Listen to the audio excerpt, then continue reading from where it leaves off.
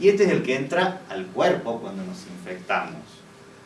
Y SIDA, que lo dijeron bien, síndrome de inmunodeficiencia adquirida, tiene más palabras para decir lo que es. Son las manifestaciones clínicas, ¿sí? Es la enfermedad de esto. Entonces estos dos conceptos hay que tenerlos bien claros. ¿Por qué? Porque acá salen dos palabras. La típica palabra sidoso y el portador. ¿Saben qué son esas dos palabras? El portador es que tiene VIH. ¿Está bien dicho portador? Bueno, la idea es esta. O sea, uno utiliza muchas palabras en la vida cotidiana. Entonces la idea de hoy es sacarles esos conceptos y empezar a poner lo que realmente. Portadores, como dice él, es lo que se decía, era la persona que vivía con VIH. Bueno, ahora se dice así, persona que vive con el virus. Y no el portador, porque el portador puede ser portador de cualquier tipo de enfermedad y no solamente el VIH, pero se lo asoció directamente a la enfermedad. Entonces nos vamos a quedar con la persona que vive con el virus. Y el sidoso es una palabra discriminatoria y no se debe utilizar. Porque ¿toda persona que tiene VIH tiene SIDA? No. No.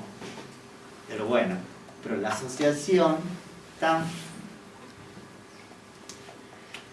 particular del HIV con el SIDA ponen esas palabras que a la persona que vive con el virus, obviamente, la discrimina y la saca de la sociedad. ¿Ustedes saben hace cuántos años se diagnosticó el primer caso de VIH? Fines del En el 85. Fines del 70. A fines del 70. O sea, del VIH se empieza a hablar a fines de los 60, pero a fines de los 70 se habla más claramente de un virus muy parecido a un virus que era como un tumor, que formaba un tumor, pero que tenía características particulares. Esto fue en África. Pero de ahí, ¿a dónde apareció el primer caso de VIH? Ustedes vieron, en África. Pero después, a donde se lo escribe, se lo describe, vendría a ser todo este tipo de enfermedades en Estados Unidos y en Francia, donde hay todo el tema de la... Ustedes no sé si vieron las películas esas donde hablan sobre... La enfermedad rosa. Esa.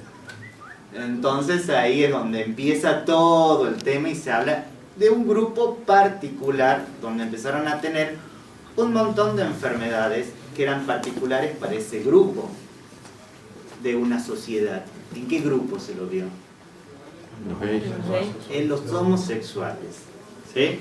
El primer concepto que tengan claro. Ahí es donde se lo vio. Pero después van a empezar a aparecer otras cosas que nos van a empezar a llamar la atención.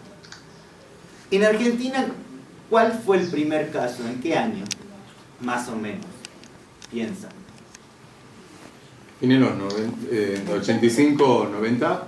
En el 83 fue el primer caso, en Buenos Aires. ¿Sí?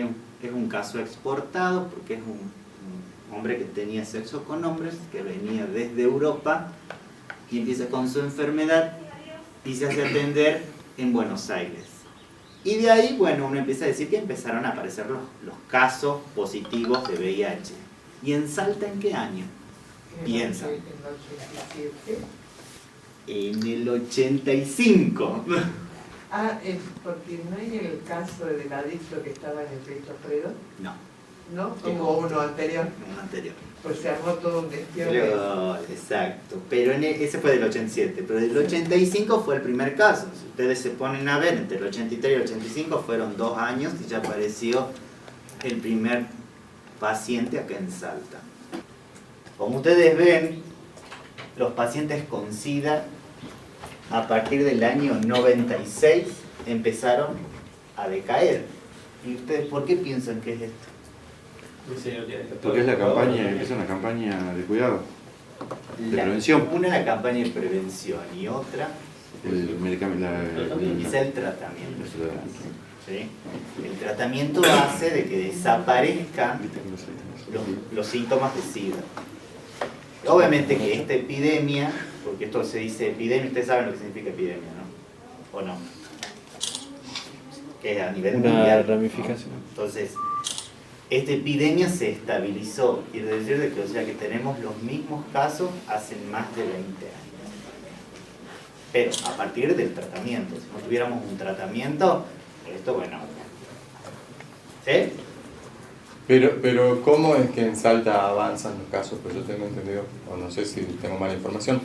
Bueno, en Salta no avanzan los casos. Los casos están. Lo que pasa es que acá, epidemiológicamente, hay una palabra que se llama subregistro. Ah, bien. O sea, Avanza el registro. O sea que hoy por hoy se está notificando lo que realmente tenemos. ¿Sí? En su momento no se notificaba o había una falla en la notificación. Porque vos acá para Chile tenés 3 tipos de notificaciones. Una notificación por el paciente que tiene VIH, el paciente que tiene SIDA, o sea que está enfermo, una paciente embarazada que tiene su bebé y el diagnóstico nuevo. Son muchas notificaciones. Entonces, ¿quiénes son los que notifican? Los médicos. Y por ahí, bueno, falla y toda la cuestión. Pero bueno, hay una franja entre 20.000 que lo saben o que no lo saben. Pero ya se sabe que este número ya está llegando casi los 150.000 personas. ¿Sí? Y ahí ustedes ven que la epidemia va aumentando. Eso lo de celeste es lo que va aumentando el número de notificaciones, el número de pacientes que tienen el virus nada más.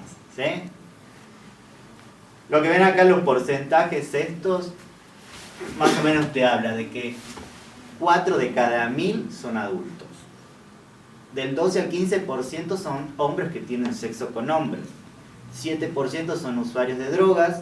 2% son trabajadores sexuales, sin importar el género acá. Y el 34% de las personas son travestis o transexuales. Yo creo que está importante, digamos, conceptualizar esto de Claro. la producción de travestis. Sabemos que hay condiciones de vulnerabilidad, Claro. ¿no? Y bueno, y que tiene que ver con las características de la construcción genérica de una sociedad y la discriminación y todo esto. Este 34% es un producto de lo que es la constitución de una sociedad salteña como nosotros la conocemos. Podríamos hablar horas de eso. Perdón, digamos, lo que tiene que ver con la discriminación o con la exclusión, que también lleva a ciertos factores de riesgo, ¿no? Exactamente. De este grupo, de las personas que hacen uso de esto. Entonces, de alguna manera, todo lo que tiene que ver con lo social genera condiciones de riesgo. De riesgo y de vulnerabilidad. Lo que nos interesa acá es dos cosas. La vulnerabilidad que esto genera para la constitución masculina, de masculinidad. Y cómo, digamos, desde la experiencia de masculinidad, cada uno puede aportar en contar esto después en el territorio. Aquí estamos trabajando, digamos, con compañeros que hacen trabajo territorial de base. Pues esto es lo importante, digamos, focalizar eso, ¿no?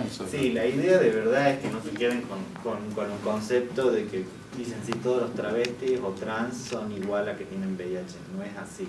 Claro.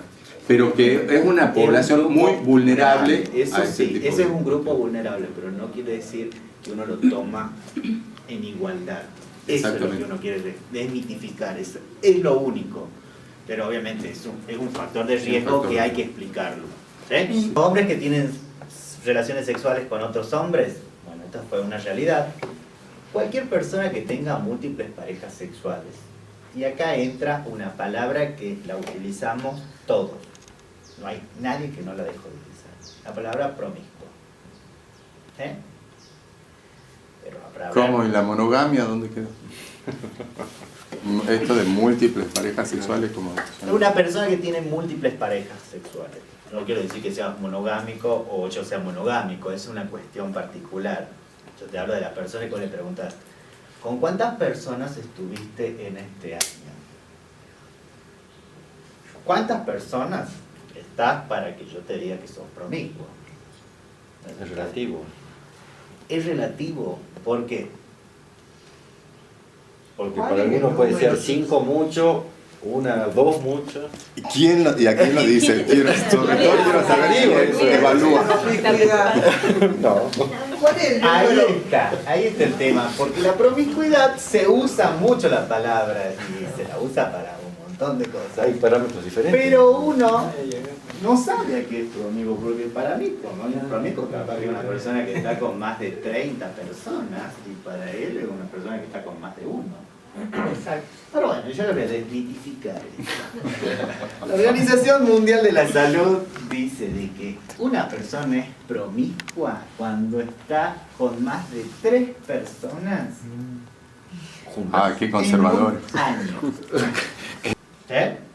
Ustedes van a leer en el diario, ustedes por la campaña del 1 de diciembre, pónganse a leer y dicen, sí, hay 385.000 casos de HIV o 280.000 casos de...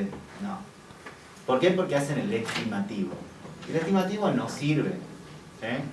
Uno tiene que quedar con lo real y empezar a trabajar. Más allá de que uno sabe de que hay una porción de pacientes que todavía Aparte hay diarios que informan mal también. Y hay diarios que informan mal.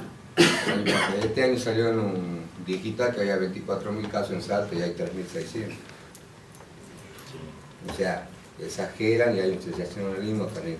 Me parece que es una intersección bien interesante para pensar la sexualidad y la seguridad, ¿no? Dentro de las luchas de las políticas de seguridad. Nosotros, no es casual que estemos, digamos, hablando de estos temas en este salón y en la Policía de Salta. Y en un contexto electoral donde ustedes han visto cómo el terreno de la seguridad es el terreno por excelencia hoy por hoy de las luchas políticas por la construcción de poder político. Entonces, esta cuestión entra dentro de esa lucha, ¿no? Como han entrado habitualmente el matrimonio igualitario y la identidad de género. Son cuestiones, digamos, que esta época de gobierno, por no decir kirchnerismo, han echado mano de estas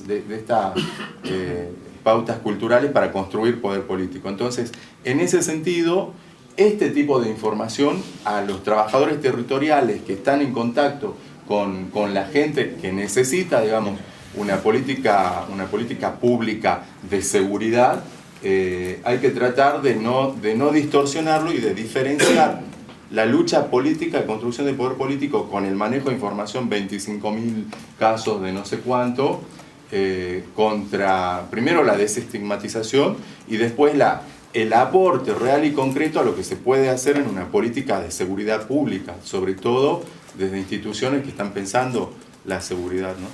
Me parece que ese es el contexto.